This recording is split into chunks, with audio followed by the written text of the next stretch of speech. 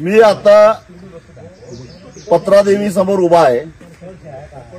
ही पत्रादेवी तीच आहे ज्याचा गाजावाजा करून माहूर ते पत्रादेवी 802 किलोमीटरचा शक्तीपीठ महामार्ग बनत आहे।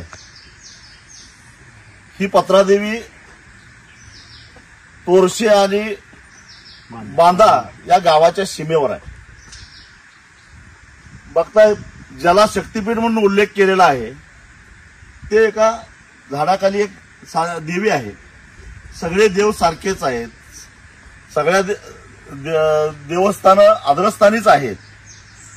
पण मी काल दुपारपासून सावंतवाडी तालुक्यामध्ये फिरतोय।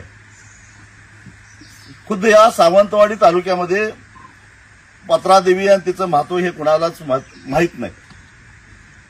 मात्र महाराष्ट्राच्या मुख्यमंत्र्यांना मात्र हे शक्तीपीठ वाटतं आणि या शक्तीपीठाला जोडण्यासाठी म्हणून 27,000 शेतकऱ्यांच्या घरादारावर नांगर फिरवून 27,000 एकर जमीन घेऊन 55,000 शेतकऱ्यांच्या घरावर नांगर फिरवून कोकण उद्ध्वस्त करून सांगली, कोल्हापूर, साताऱ्याला महापुरात लुटून 86,000 कोटी रुपयाचा चुराडा करून हा पत्रादेवीचा जोडणारा महामार्ग बनवायचा चालू आहे। इथून बाहेर आपण गेलो या तोरशे गावामध्ये अनेक दारूची दुकानं आहेत आणि या दारूच्या दुकानातून महाराष्ट्रामध्ये अतिशय स्वस्तात मिळणारी दारू घेऊन जाता यावी म्हणून हा महामार्ग बनतो का?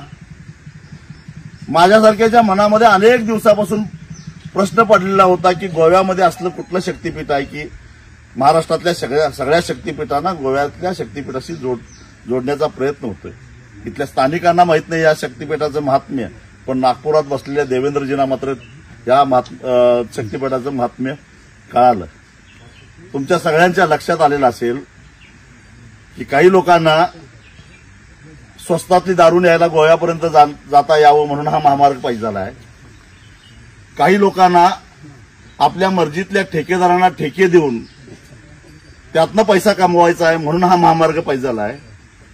काही लोकांना या महामार्गाच्या निर्मितीतून 50,000 कोटी रुपयाचा लोण्याचा गोळा मिळणार आहे त्यातला हिस्सा पाहिजे झाला आहे आणि काही लोकांना अदानी नावाच्या राक्षसाला ज्यानं गडचिरोली जिल्ह्यातल्या 2,500 एकरावर आदिवासींना हुसकावून मोठी खाण काढलेली आहे, 1 लाखाहून अधिक झाडांची कत्तल केलेली आहे, तिथलं खनिज उपसून त्याच्या स्वतःच्या मालकीच्या वास्को द गामा त्या गोव्याच्या ठिकाणी जे काय बंदर आहे त्या बंदरातून परदेशामध्ये ते खनिज पाठवायचं आहे।